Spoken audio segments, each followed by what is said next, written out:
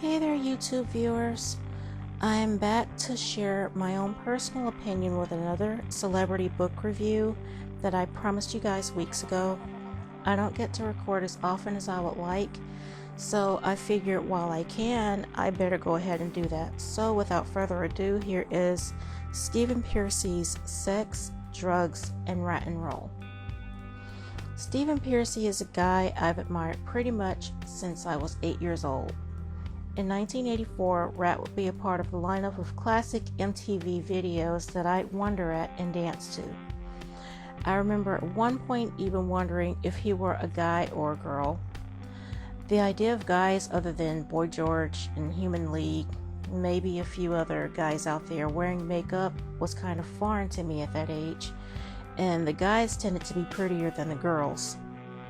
The early 80s was before I was a rocker chick, but growing up to adore all types of music, I dug the genre the same as any other song that graced my eardrums. Stephen takes you through his tumultuous and often painful childhood, sex and drug exploits as a wild and adventurous teen, and the devastating accident that drove him into the waiting arms of the music industry. The frankness with which he told his story made me smile, laugh, and even shake my head at times.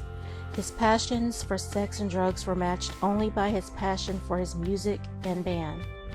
Having a crush on Stephen for so many years made me glad that I bought his book, as I respect the charismatic fashion metal trailblazer than I ever thought I would.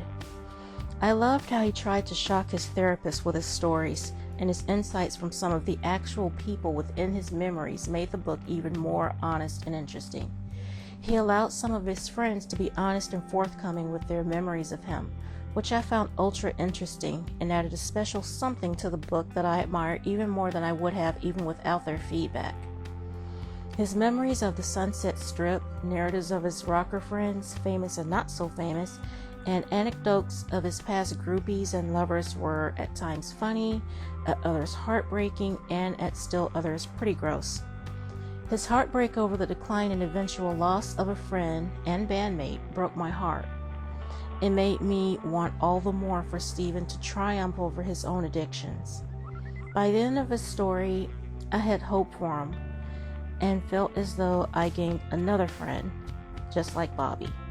And even though, like Bobby, I never set eyes on him in person, I just wish the best for them both. Stephen often made you feel as if his memories were your own, his triumphs were yours, and his grief was your grief.